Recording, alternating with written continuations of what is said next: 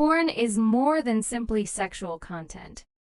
That phrase truly refers to torture, and after working for him, you realize that he is capable of anything. This is for their subterranean mother, who likes things to be really nasty and difficult.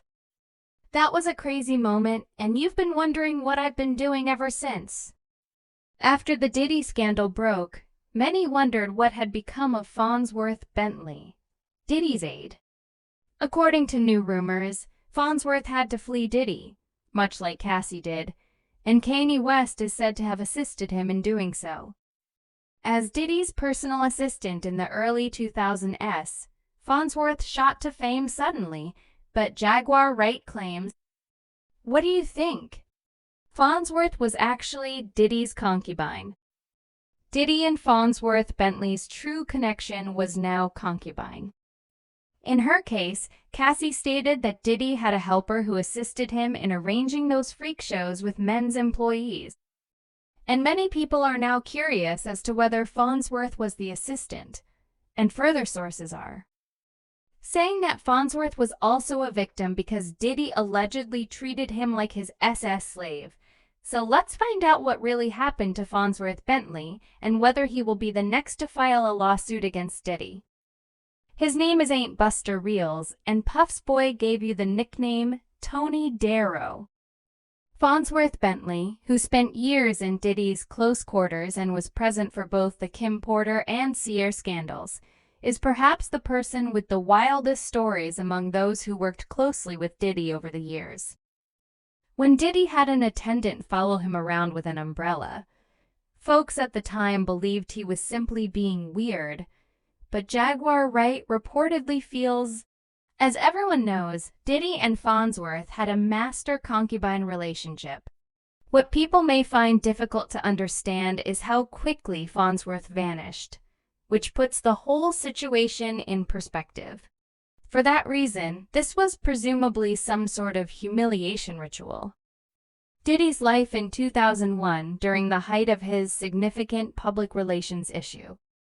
In a widely reported trial connected to a 1,999 nightclub massacre, Diddy, then known as Puff Daddy, was found not guilty on counts of gun possession and bribery. Diddy rebranded himself as P. Diddy since he was in need of a fresh start, and later that same. This year, Diddy appeared in Saint-Tropez with this dapper dude with an opulent white umbrella that looked to have cost $700.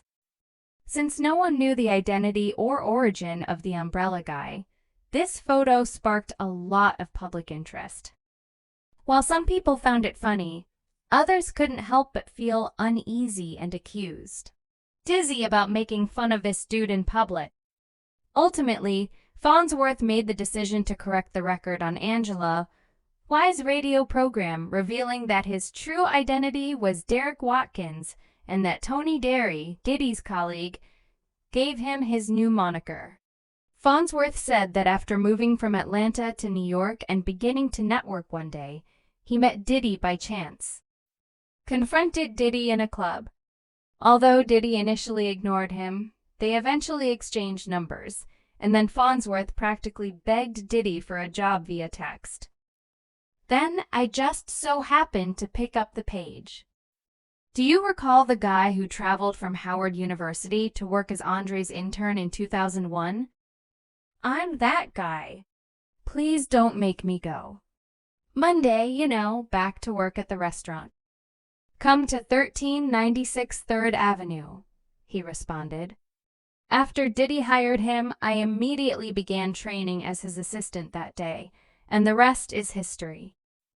People began to feel even more uneasy about this arrangement once Fonzworth appeared on Diddy's MTV show, Making the Band. Today, it's nearly hard to locate.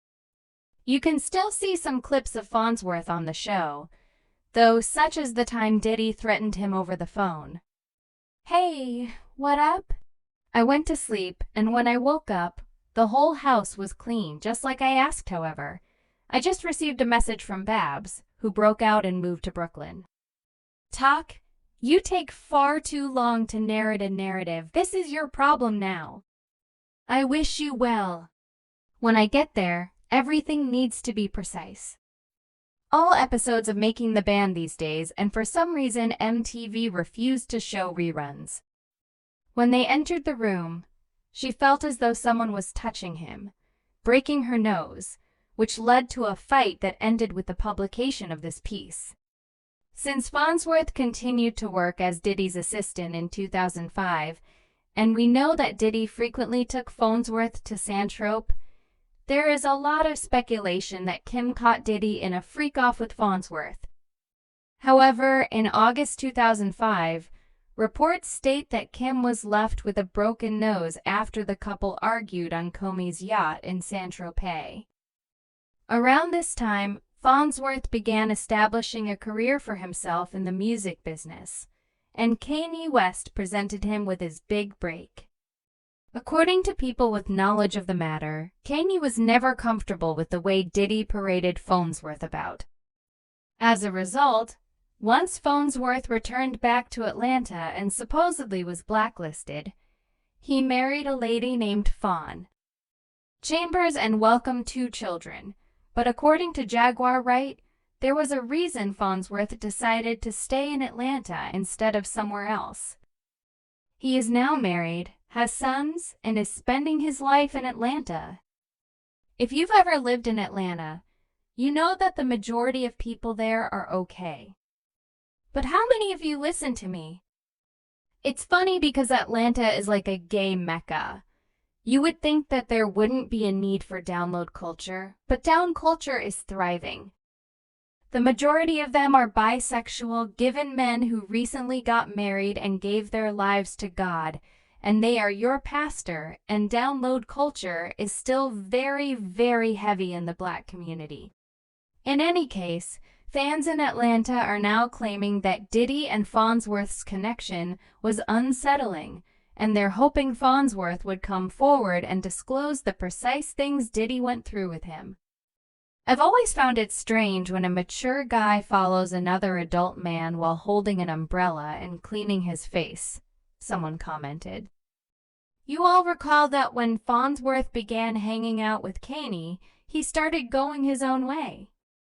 When someone asked Fonzworth about him, he gave the same well-wishes speech he had given to Cassie Diddy, who never wanted even his own artists or staff to be successful.